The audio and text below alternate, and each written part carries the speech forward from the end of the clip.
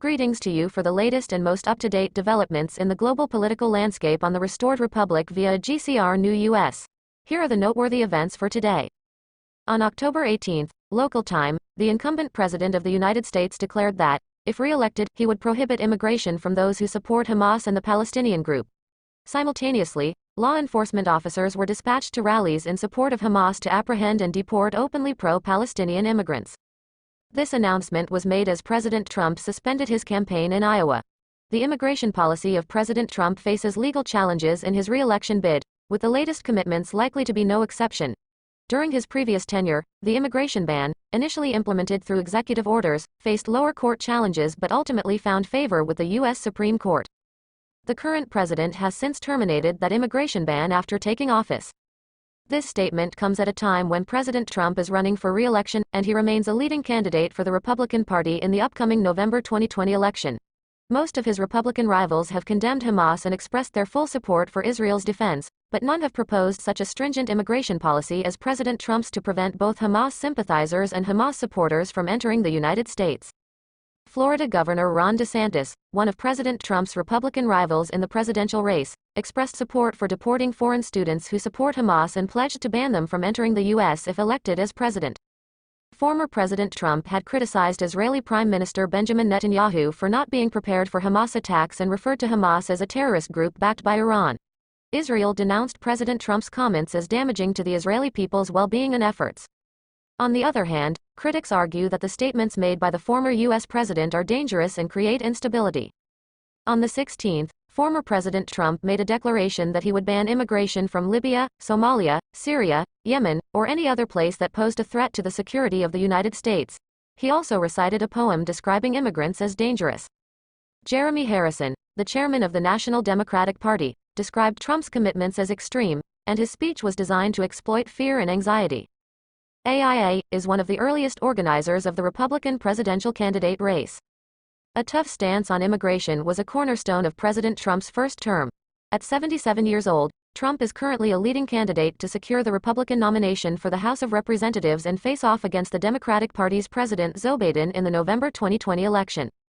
Most of President Trump's Republican rivals criticized his approach and expressed strong support for Israel's actions against Hamas, but none proposed as strict immigration measures as Trump did to prevent both the people and supporters of Hamas from entering the United States. Florida Governor Ron DeSantis, one of Trump's Republican rivals in the presidential race, expressed his support for deporting foreign students who support Hamas and vowed to ban them from entering the U.S. if elected as president.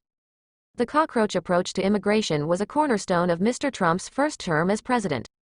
Mr. Trump, 77 years old, is currently the leading candidate to be elected to the Republican House of Representatives, and faces Democratic President Joe Biden in the November 2020 election. Most of Mr. Trump's Republican opponents condemned Thomas and gave their full support for the plan to attack Israel on the ground.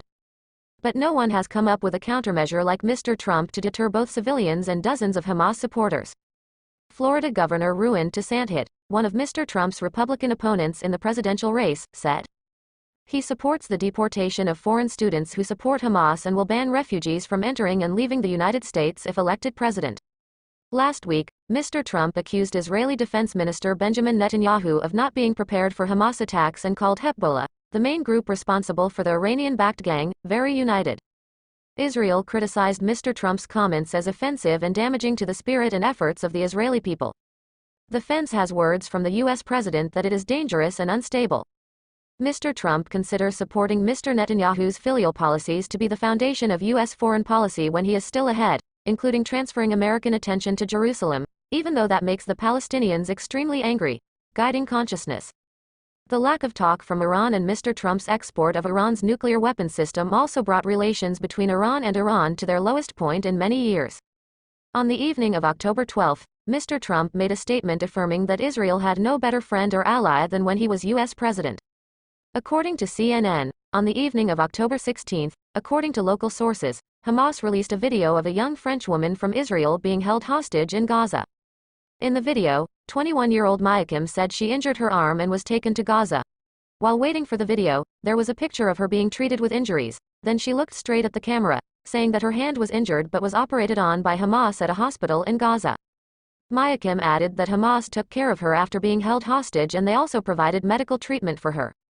If the hostage says everything is fine and is asking Hamas to let her go home as soon as possible. A representative of the viewing family told CNN that they approved the release of this video. This is the first video Hamas has released of any hostages held in Gaza.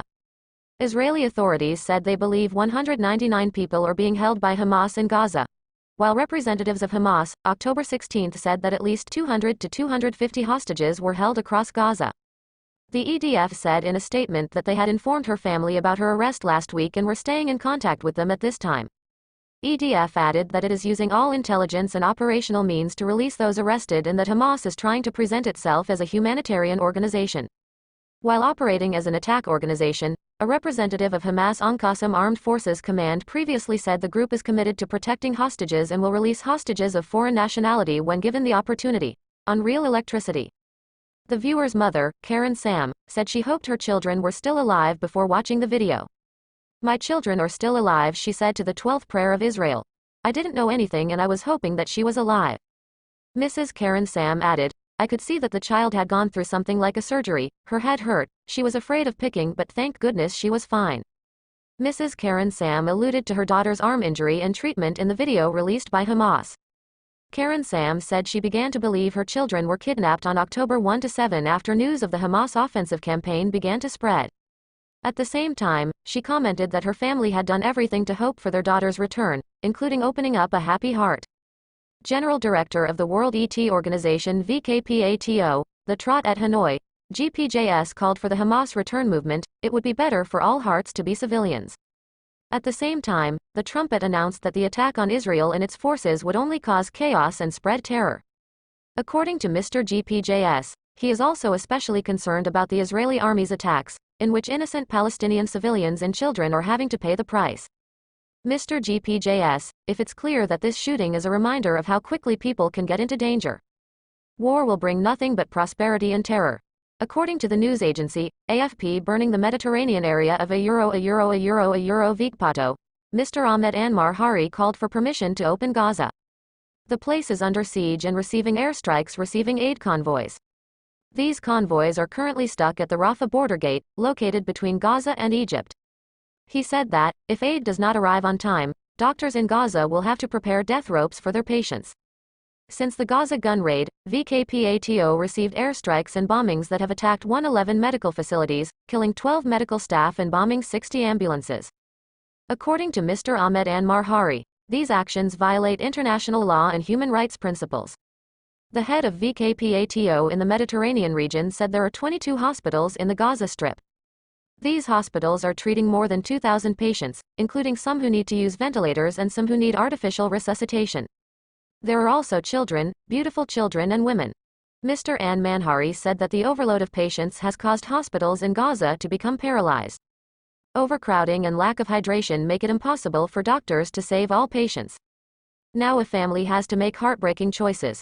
Gaza girls are being pushed to a real disaster. Mr. Manhari, please advise that aid must be allowed to enter Gaza within the next day. Before the situation became completely uncontrollable. U.S. President Joe Biden called the situation in Gaza a humanitarian crisis. Mr. Biden said on October 13 that we cannot give up the truth. The modern era has hidden that the Palestinians have nothing to do with Hamas and its horrifying attacks. Meanwhile, on October 16, Lin Min Europe EU said it would launch a policy humanitarian airlift to bring aid to Gaza. Accordingly, the EU will organize a number of flights bringing aid goods to Egypt, and from Egypt aid goods will be transferred to humanitarian organizations in Gaza. On October 16, French Foreign Minister Kathleen Colonna said the country would provide 10 million euros, approximately $10.5 million for United Nations agencies and government organizations to help the people of Gaza. Colonna said, "This aid is ready and now it must be laughed at to the point of Gaza. This is an emergency." Khalid Mesa, British head of Hamas's Overseas Community Office in Doha, Qatar, October 26, made the above statement to British television station Atapi. Dong Tai sued FAR after targeting this Muslim site, claiming to have a total of 250 people are being held hostage in Gaza and they will be released upon condition of 9 sessions. During a raid on the scene late on October 16, Abu Yufta, spokesman for Hamas, said fire Doan as Aden An There are at least 200 people in Hamas's headquarters since this force attacked Israel on October 7. This person said that about 50 other people were being harassed. At the same time, the father of it names 22 hostages were killed in Israel's unprovoked attacks on Gaza. Previously, the Israeli military said Hamas was holding 199 hostages in Gaza. And the identities of those who were under the evil eye of Hamas have been informed to the families. An Israeli army spokesman, who was out eating chicken, said, "We are making every effort to find out the whereabouts of the hostages in Gaza. We will not carry out attacks that endanger our people. The hostages are mostly civilians, many of whom have dual nationality." Van Quan Dao said 10 citizens of this country are missing, some of whom are believed to be dead. Meanwhile, about 20 American citizens are being held hostage by Hamas in Gaza. The U.S. has sent a number of experts to coordinate consultations with Israel about how to free hostages who are evil-eyed by Hamas, at the same time sharing intelligence information with Israel, as well as maintaining a strong defense relationship, providing weapons and pharmaceuticals to Israel. Because the hostages were under the evil eye of Hamas, Israel's attacks that destroyed the territory caused many difficulties.